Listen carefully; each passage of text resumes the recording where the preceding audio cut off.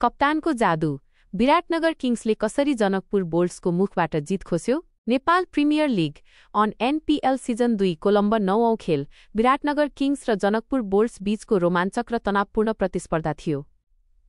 यस खेलले टी-20 क्रिकेटको अप्रत्याशित नाटकीयतालाई एकपटक फेरि प्रमाणित गर्यो कि यदि बलिङ आक्रमणमा हृदय र लगनशीलता छ भने कुनै पनि लक्ष्य सामान्य हुँदैन।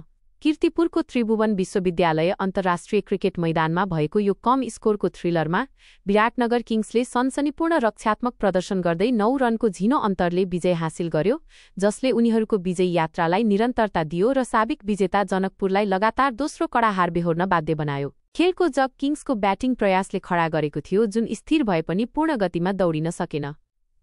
पहिले ब्याटिङ गर्न आएको विराटनगरले आफ्नो 20 ओभरमा 7 विकेट गुमाएर 135 रनको योगफल तयार पारेको थियो। जर्ज मुन्से र मार्टिन गुप्टिल जस्ता अन्तर्राष्ट्रिय स्टारहरूको प्रारम्भिक विकेट गुमाउँदा टोलीमा दबाव परेको थियो। यद्यपि मध्यक्रमका ब्याटरहरूको धैर्यता र महत्त्वपूर्ण योगदानले किङ्सलाई रक्षा गर्न सकिने स्कोरसम्म पुर्यायो। शुभम रञ्जाने 37 र बसिर अहमद 36 को महत्त्वपूर्ण इनिङ्सलाई सम्हालेको थियो। जनकपुरका बलरहरू, विशेष गरी रूपेश सिंह र सङ्गीत कुरै अनुशासित थिए र उनीहरूले लक्ष्यलाई नियन्त्रणमा राखेका थिए। जनकपुर बोल्ट्सको लक्ष्य पछ्याउने प्रयास खेलको धेरैजसो समयसम्म योजना अनुसार नै अघि बढिरहेको देखिन्थ्यो। नामिबियाली आयातित खेलाडी जान निकोल लोफ्टी-इटन 30 बलमा 41 आफ्नो इनिङ्सको मुख्य आधार थिए। उनी आक्रामक र बुद्धिमत्तापूर्ण ब्याटिङ गर्दै आवश्यक रन रेटलाई नियन्त्रणमा राखिरहेका थिए। डेथ ओभरहरूमा प्रवेश गर्दा जनकपुर सहज स्थितिमा थियो। उनीहरूलाई 5 विकेट बाँकी रहँदा अन्तिम 18 बलमा मात्र 25 रन आवश्यक थियो।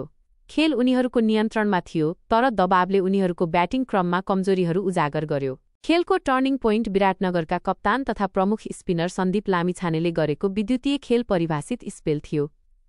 सबैभन्दा निर्णायक चरणमा आफ्नो अन्तिम ओभरहरूका लागि बलिङ गर्न फर्किएका लामिछाने जादुई थिए। उनको 4 ओभरको स्पेलमा उनले केवल 11 रन खर्चिएर शानदार 4 विकेट लिए, जसले बोल्ट्सको तल्लो मध्यक्रमलाई पूर्ण रूपमा ध्वस्त पार्यो। 17औं र 18औं ओभरमा उनले लिएका महत्त्वपूर्ण विकेटहरूले शानदार पतन गरायो, जसले सहज समीकरणलाई एक अपार चुनौतीमा परिवर्तन गरिदियो। विराटनगरको आक्रमणको अथक दबाव र सटिक बलिङ अन्तर्गत जनकपुरको ब्याटिङ लाइनअप छोटो समयमै छिन्नभिन्न भयो।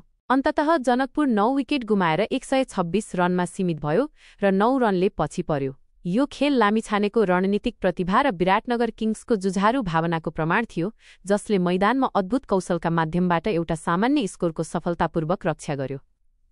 यो जित विराटनगरको लगातार तेस्रो जित थियो, जसले प्रतियोगितामा उनीहरूको बढ्दो गतिलाई दर्शाउँछ। अर्कोतर्फ यो नाटकीय हारले जनकपुर बोल्ट्सलाई आफ्नो डेथ ओभर रणनीतिमाथि तुरुन्तै ध्यान दिन बाध्य पार्नेछ। यो प्रतिस्पर्धा एक क्लासिक उदाहरणको रूपमा सम्झिनेछ, जहाँ एउटा एकल खेल परिवर्तन गर्ने प्रदर्शन, एक साँचो कप्तानको जादुले कम स्कोरको टी-20 थ्रिलरको नतिजा निर्धारण गर्न सक्छ।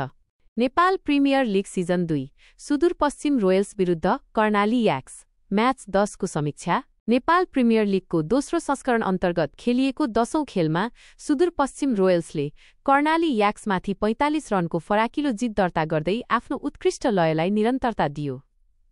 कीर्तिपुरस्थित त्रिवी क्रिकेट मैदानमा भएको यो प्रतिस्पर्धा कप्तान दिपेन्द्र सिंह ऐरीको अलराउन्ड प्रदर्शनका कारण चिरस्मरणीय बन्यो। पहिलो इनिङ्स सङ्घर्षपूर्ण योगफलको जग। टस जितेर कर्णाली याक्सले सुदूरपश्चिम रोयल्सलाई पहिले ब्याटिङको निम्तो दियो।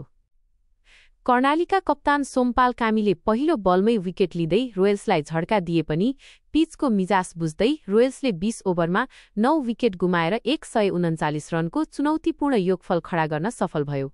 कप्तान दिपेन्द्र सिंह ऐरीले एउटा छेउबाट इनिङ्सलाई सम्हाल्दै 28 बलमा 39 रनको महत्त्वपूर्ण योगदान दिए।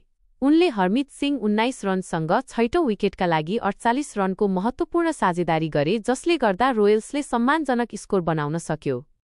कर्णालीको तर्फबाट सोमपाल कामीले 32 रन खर्चेर 3 विकेट लिए भने नन्दन यादवले उत्कृष्ट स्पेल फाल्दै 11 रनमा 2 विकेट लिएर रोयल्सलाई 140 रनभन्दा माथि जान दिएनन्। दोस्रो इनिङ्स याक्सको ब्याटिङ पतन। 140 रनको मध्यम लक्ष्य पछ्याएको कर्णाली याक्सको ब्याटिङ क्रम तासको महल जसरी ढल्यो।